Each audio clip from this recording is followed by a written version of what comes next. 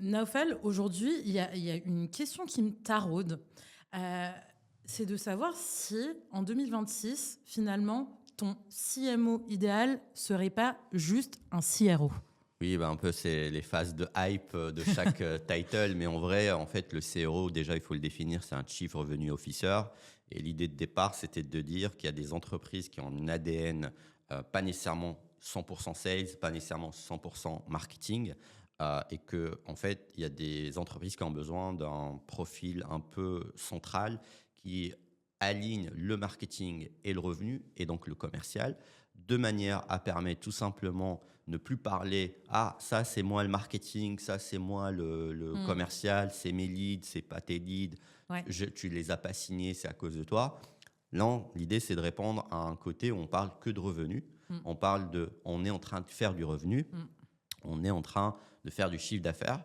Et en fait, le marketing est responsable de la fin du pipe, c'est-à-dire jusqu'au closing, Hmm. et le sales s'intéresse au lead en amont. Donc, le Chief Revenue Officer, donc le CRO, euh, est pas le nouveau CMO, je Ok. ne crois pas, Ok. mais c'est une nouvelle option pour des entreprises qui ne croient pas ou n'ont pas la conviction profonde qu'il leur faut un CMO, ni un Chief Sales Officer, donc un directeur commercial. Ok. Ou bien qui a les deux, mais qui a besoin de les unifier, quand l'organisation est beaucoup plus grande. Et donc, c'est quelqu'un qui, par le passé, ça pourrait être un DGA, ça Ok. pourrait être... Ok. c'est vraiment... mais là où il peut être très fort, ce poste, c'est que dans un monde idéal, c'est un profil qui a vécu idéalement le marketing, parce que c'est Hmm. plus complexe, mais avec une fibre sales. Tu vois la nuance? Ok. Ok. Ce genre de profils sont très, très rares. Je le vois beaucoup Ouais. parce que je vois beaucoup de CMO, je vois beaucoup de Chief Sales Officer et aussi je vois beaucoup de prétendus Chief Ouais. Revenue Officer. Ouais. Mais tu le sens très vite parce que un CMO qui te parle playbook vente, qui te parle méthode de vente, qui Hmm. s'intéresse à ce que fait son équipe Hmm. commerciale, qui a limite une équipe commerciale Hmm. sous son management Hmm. et qui a un objectif de closing, de signature, qui n'a pas peur de phoner, prendre un téléphone et appeler, il est super bon candidat pour être Chief Revenue Officer parce qu'en plus de tout ça, il comprend tout ce qui est haut du funnel que fait le marketing, c'est-à-dire générer du lead, générer du pipe, etc.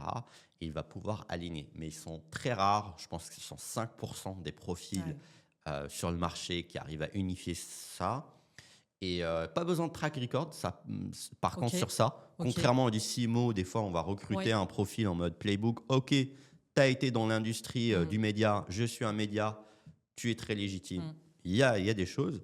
Là, c'est souvent des profils qui ont un peu navigué beaucoup de choses, Hmm. qui ont soit été anciennement entrepreneurs, Hmm. qui ont soit une longue carrière en marketing et puis à un moment ils ont fait du sales ou Ouais. qui ont fait du sales avant. J'en ai rencontré, c'est-à-dire que dans leur début de carrière, Ah, ils dans ont ce fait. sens-là Oui, aussi? aussi, ils ont fait de la vente, mais plutôt. Voilà, même tu peux être centre d'appel. Tu as été Ok. fait. Moi, j'en Ok. connais une, je ne vais pas la citer, on l'avait invitée dans le podcast. Et en fait, elle a été sales avant de venir dans le monde du marketing. Donc, elle a la mécanique, elle faisait du phoning, Hmm. etc. Et aujourd'hui, elle est Chief Revenue Officer. Et elle est très Incroyable. forte Ok. là-dedans. Donc, ça existe. Mais par contre, sur ce modèle-là, en tout cas, mon conseil, c'est ne pas, euh, ne pas dire que c'est une typologie spécifique et Ouais. d'accepter un peu plus la diversité des profils.